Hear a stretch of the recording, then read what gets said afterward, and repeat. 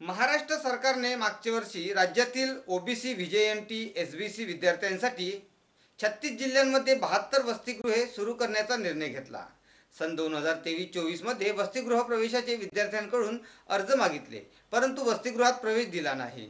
अजूनही विद्यार्थी वसतिगृह प्रवेशाच्या प्रतीक्षेत आहे। 1 जुलैपासून महाविद्यालय सुरू होत आहे, परंतु अजूनही वसतिगृहे सुरू करण्यात आली नाही। सरकार प्रशासनाच्या हालचालीला वसतिगृह सुरू करण्यासाठी वेग आलेला नाही, त्यामुळे अनेक विद्यार्थी पार्ट टाइम जॉब करून शिक्षण घेत आहे।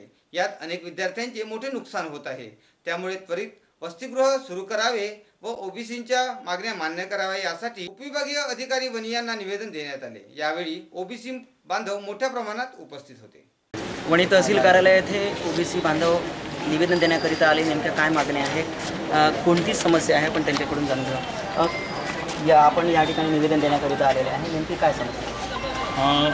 याआधी आपल्या महाराष्ट्र सरकारने आम्हा सर्व ओबीसी एसबीसी या आमच्या बांधवांना ओबीसी बांधवांना त्यांनी वसतिगृहाचा आश्वासन दिलं होतं की आमच्या समाजातल्या सर्व विद्यार्थ्यांना आम्ही शहराच्या ठिकाणी वसतिगृह बांधून देऊ बा।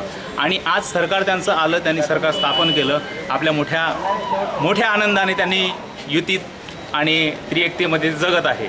पण मात्र आम्हाला किंवा आमच्या समाज बांधवांना, आमच्या लेकरांना त्यांनी दिलेलं आश्वासन हे आतापर्यंत पूर्ण केलं नाही।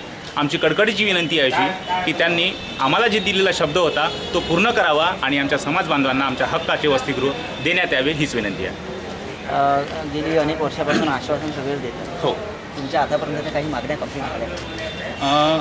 तसं तर काही नाही आहे। प्रत्येक सरकार येतं, प्रत्येक समाजाला कुठल्या ना कुठल्या देऊ करण्याचं लॉलीपॉप देतात।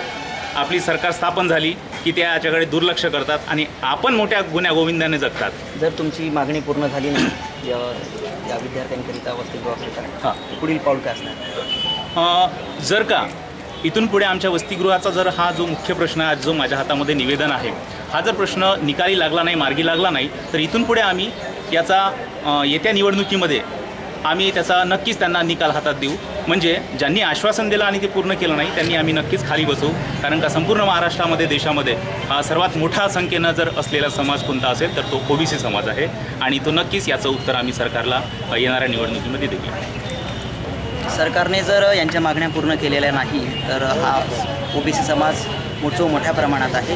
हा समाज नक्कीच निवडणुकीमध्ये सरकारला दाखवून देणार आहे। त्यामुळे सरकारने ही बाब गंभीर घेतली पाहिजे। कॅमेरामन आकाशसह सागर मुने, वणी न्यूज 24।